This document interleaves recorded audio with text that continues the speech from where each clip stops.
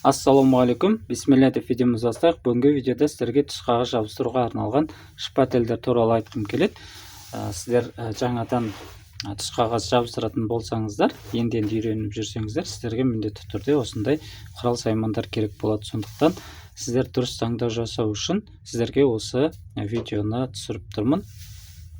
Алдарыңызда мінекей 3 түрлі шпатель және валик тұр. Осылардың барлығымен мен жұмыс істеп көргендіктен, өзімнің тәжірибеммен өткізгендіктен сіздермен осы пайдалы кеңесіммен бөлісе кеткім келеді. Яғни дұрыс таңдау жасау, қай шпательді таңдау осы төртеуінің ішінен, яғни осы төртеуінің ішінен бізге біреуі жеткілікті.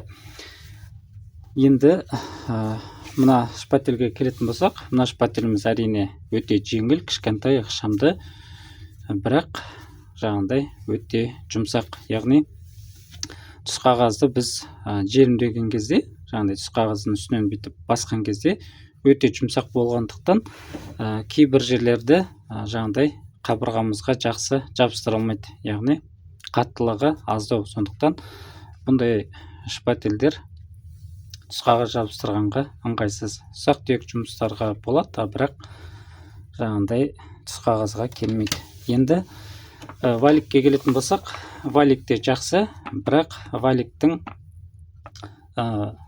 егерде қабырғамыз тегіс болса, валикпен істеген жақсы, бірақ сонда да маған валикпен істеген ыңғайсыздау, өзіме ұнамады. Сондықтан валикті алуға да сіздерге кеңес бермес едім. Өйткені мына валикті мен таңдап алғанда ең түзу деп таңдап алған валигім осы.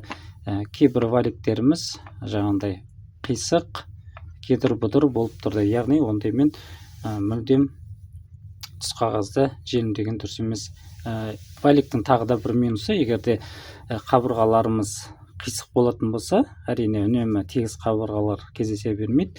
Егерде қабырғаларымыз қисық болатын болса, осы валикпен жүрген кезде жаңағыдай ойық жерлері болатын болса, валигіміз жаңағыдай ойық жерлерді жабыстырмайтын болады. Ол жерде ауада қалып қалуы мүмкін. Сондықтан бұндай валикті қолдануға кеңес бермес едім. Енді келесі шпательімізді алатын болсақ, мінекей мынандай шпатель.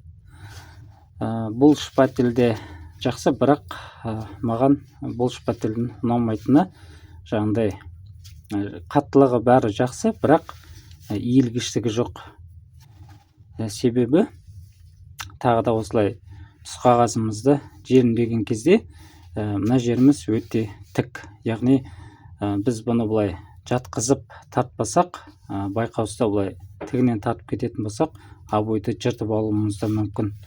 Сондықтан бұл шпательді қолданып көрдім. Бұл да маған ыңғайсыздық тудырды. Енді келесі соңғы шпательімізді алатын болсақ, маған ең ұнаған шпатель осы. Мінекей жанынан байқап қарасақ, мына жері осындай былай қайырылып келген, сүйірленіп. Яғни обойды жабыстырған кезде, түс қағазымызды жабыстырған кезде өте ыңғайлы. Яғни қолымызда талмайды. Жаңағыдай осылай қайырып отырып бассақ та түс қағазды өте жақсы сезетін боламыз. Яғни қай жерлерде ауа қалып қалды, соның барлығын осы шпательмен контроль жасаған өте ыңғайлы. Жаңағыдай қолға да ыңғайлы. Ал мына шпательіміз өте ыңғайсыз. Былай қарасаңыз, өте тік. Өздеріңіз осындай шпательдеріңіз болса, салыстырып көруіңізге болады жұмыс барысында. Сондықтан мен сіздерге осындай шпатель алуға кеңес беремін.